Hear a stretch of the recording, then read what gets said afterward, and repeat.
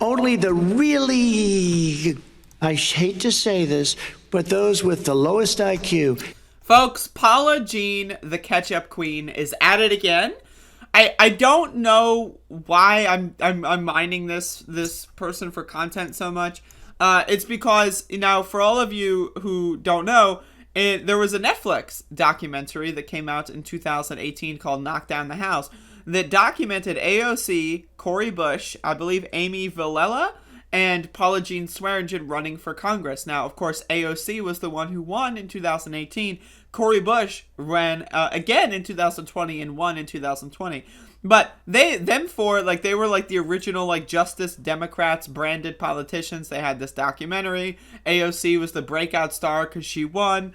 Now, it seems to me like she is a burnout who is just obsessed with like it could have been her. And that's like the thing, like she is obsessed with like this alternate universe where it wasn't AOC that won, it was me. It wasn't AOC, it was me that won.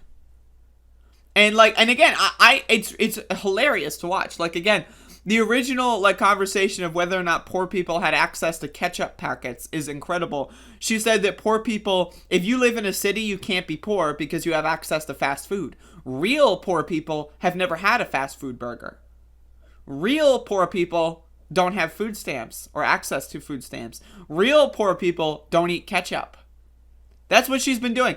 And again, I have a fascination with this because it's just so interesting. She defected to the People's Party and is now going out there attacking Cori Bush almost every day, AOC almost every day. It seems to me like she's jealous of the people that she worked with in 2018 on a documentary. She is jealous of them for actually succeeding, and that she's just doing whatever she can to like make them unsuccessful. And it's embarrassing. And it's cringy. But let's watch. I'm sorry, y'all. I'm having a hard time with the members of the squad negotiating $100,000 book deals when people are being evicted tomorrow. Christopher James on Twitter. Couldn't care less about book deals. The fact is nothing like that is distracting from them working hard. The squad is doing a great job. Paula Jean Swearengin. While getting rich off our backs, stop making excuses for people that would not piss on us if we were on fire. Huh? Huh? Okay, so let me get this straight. Cori Bush writing a book about how she's like the only person in Congress who was homeless for a significant period of time and how that shaped her politics, right? And liberals reading that book and maybe getting, a taste of how homelessness actually, feels with people, right? Spreading the ideas of leftism, spreading the ideas of activism, right? You don't have to buy Are you being forced to buy this book, Paula Jean? Are you in like some sort of contract where you just have to buy 30 copies of the book or something and you just, damn it, I wish I didn't sign on that specific clause, right? How is she getting rich off of your back? I'm just so confused. I'm so fucking confused, right? And then the Odyssey of Bernie Sanders says, I'm not sure she even knows what she means at this point. Lol? Paula Jean Swearengin says, you wouldn't understand unless you're struggling. Going right back into this only poor people.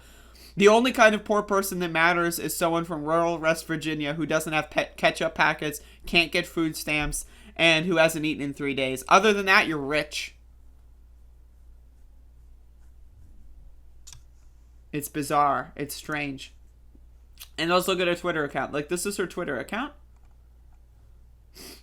Like, I'm just like, how does representatives accepting a book deal off our backs help struggling communities? I don't understand. Why does Paula Jean feel like she is... It literally stems from the fact that she did this documentary with them like 4 years ago. She thinks that because she was in this documentary, that she is like, she owns AOC and Cori Bush's like future lifetimes. Like, if I did a YouTube show with someone, like I just invited them on my show and then we did a show, and then they like 3 years later became really successful, and then I would be like, hello? Where's my paycheck? You were on my show like 3 years ago. We did a show. And now, independently from that, you became very successful. Hello? I just don't understand. Like,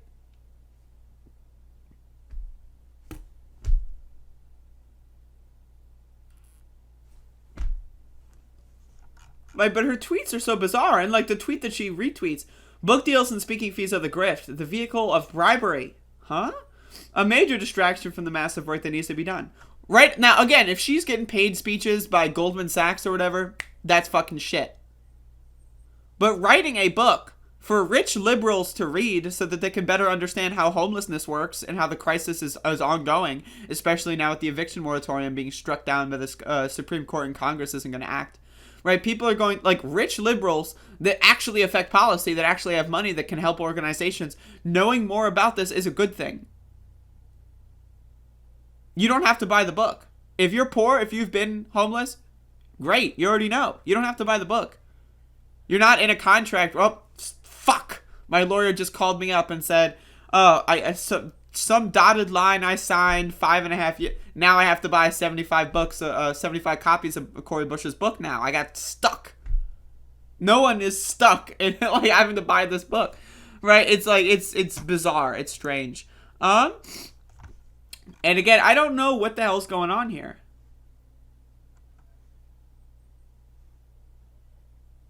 This is all over Force the Vote. Force the vote, folks. They're literally doing a force the vote scenario with the infrastructure deal right now. And you have people like this.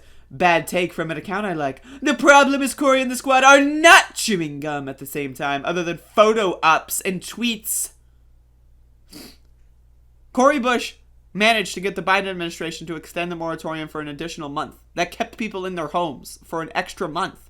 If you don't think that there's value in that, you're an idiot, and you have never been struggling. Do you know what difference a month living in your house versus being homeless can make? A month can help you find a way to borrow some money in order to maybe stop the eviction. A month can help you find somewhere to move that you can maybe afford or whatever. A month is like a 10 years when you're looming with an eviction, okay? So the idea that people are calling that fake, it's that protest was fake. It didn't exist. It was fake. It was staged like the moon landing. What is wrong with these motherfuckers?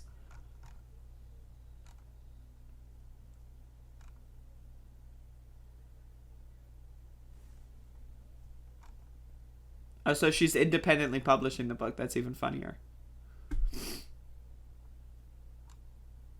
Voting for Nancy Pelosi right out of the gate negatively impacted us all. This is the force to vote bullshit. You know what the worst part about the force to vote bullshit is? The whole purpose of force to vote was to vote for Nancy Pelosi. But get something in exchange. Right? And they got stuff in exchange. It's just that the force to voters would have never been satisfied no matter what. So okay, let's say they vote for the gingerbread man. All right, great. Well, then there's going to be a revote. And there's going to be an infinite amount of revotes until either Kevin McCarthy is speaker or Nancy Pelosi. It was one or the other. And that's my problem with this fantasy scenario. You're not going to get a third party to win in electoralism. Right? And like in national politics where like 60% of people don't like both parties. If you can't get a third party to win in that scenario where the majority of the population hates the Democrats and Republicans, how are you going to get a third party win in Congress that is controlled by all Democrats and all Republicans? How are you going to get like the noble third party candidate to step through in this Congress? But they're stupid. They don't think this shit. They just think AOC didn't do exactly what I said at all times, therefore she's corrupt.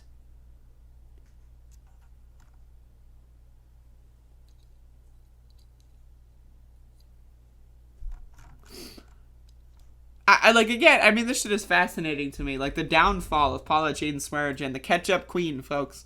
This is something I will never not find fascinating. Only the really, I hate to say this, but those with the lowest IQ.